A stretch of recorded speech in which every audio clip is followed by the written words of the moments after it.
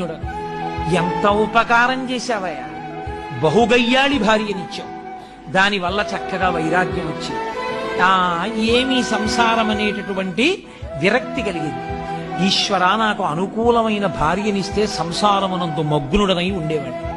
కానీ నేను అలా ఎక్కడ మగ్నుడనైపోతానో, ఎక్కడ నీకు దూరం అయిపోతానో అని నాకు గయ్యాళి భార్యనిచ్చావా, నేను నీకు సర్వదా కృతజ్ఞుడను అని ఆయన మెట్టు దిగి వెడుతున్నాడు.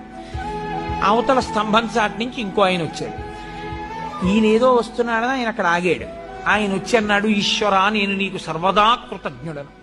గొప్ప అనుకూలవతి అయిన భార్యనిచ్చావు, అంత మంచి భార్యనిచ్చావు కాబట్టి పెద్దలని సేవిస్తున్నాను, ఈశ్వరుణ్ణి సేవిస్తున్నాను, యజ్ఞయాగాది క్రతువులు చేస్తున్నాను, దాన ధర్మాలు చేయగలుగుతున్నాను, 4 మంచి పనులు చేయగలుగుతున్నాను.